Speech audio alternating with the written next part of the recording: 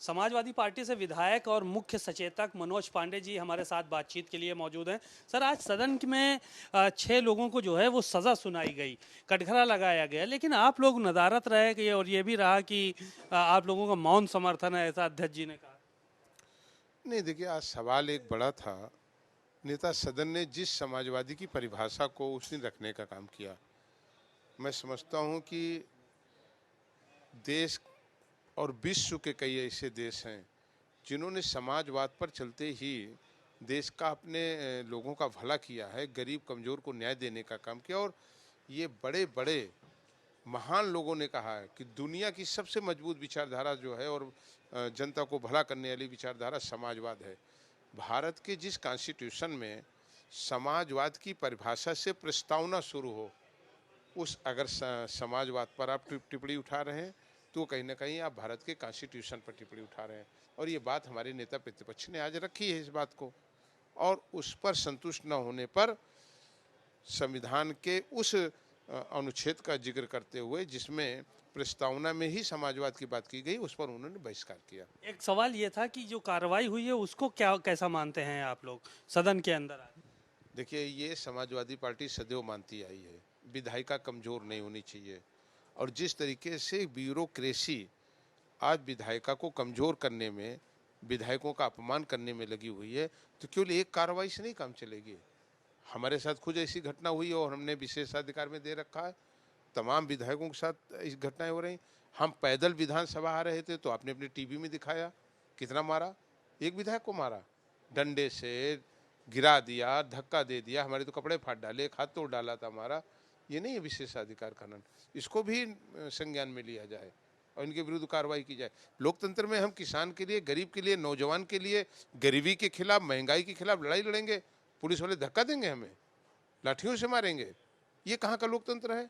तो इन लोगों को खिलाफ भी कार्रवाई होनी चाहिए जो लोग आज विधायिका को कमजोर करने के लिए लगातार काम कर रहे हैं। एक सवाल ये था कि आप लोग लगातार माफियाओं की सूची जारी करने की मांग कर रहे थे। अखिलेश यादव ने आज भी कहा कि माफियाओं की सरकार सूची जारी क्यों नहीं कर रही है। इस पूरे मामले पे केशव प्रसाद मौर्य ने कहा कि अपनी पार्टी के नेताओं की बैठक जो है वो अखिलेश यादव को बुला लेनी चाहिए और पता चल जाएगा कि कितने माफिया हैं। ने ठीक कहा, केशव मौर्य जी ने ठीक कहा। उन्होंने अभी बैठक बुलाई थी तो उन्होंने अपनी सूची बना ली है शायद। एक सवाल ये था कि जिस तरह से समाजवाद को लेकर सवाल खड़े किए गए हैं, आज आप लोगों ने बाइकआउट भी किया, तो उस पर भी जो सत्ता पक्ष के नेता हैं वो ये कह रहे हैं कि ये समाजवाद को इन लोगों ने ध्वस्त कर दिया है। सबसे ज़्यादा कमज़ोर करने का काम अखिलेश यादव और उनकी टीम ने किया, समाजवाद को कमज़ोर करने का काम। समाजवाद को बढ़ाने का, मजबूत करने का, और समाजवाद क्या है उसको दुनिया के सामने लाने का काम आदरणीय अखिलेश यादव ने किया। ये समाजवाद नहीं है कि पहली बार दुनिया के और सबसे बड़े राज्य उत्तर प्रदेश में इतनी बड़ी संख्या में माताओं बहनों को बिना कोई जात देखे समाजवादी पेंशन 3.25 लाख की कॉलोनी क्या जाति देख करके दी गई।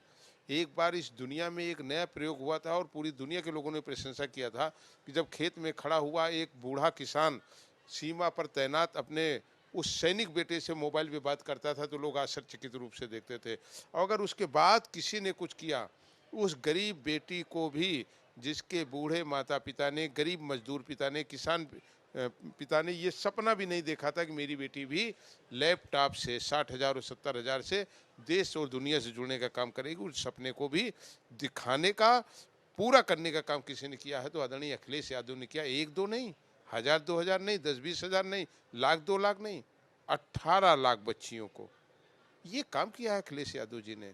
यही समाजवाद है, सबको सम्मान, सबको अधिकार और सबकी बात करना, यही समाजवाद है। एक आखिरी सवाल ये था कि सरकार ने विधान परिषद में मान लिया है कि किसानों की आय दोगुनी हो चुकी है।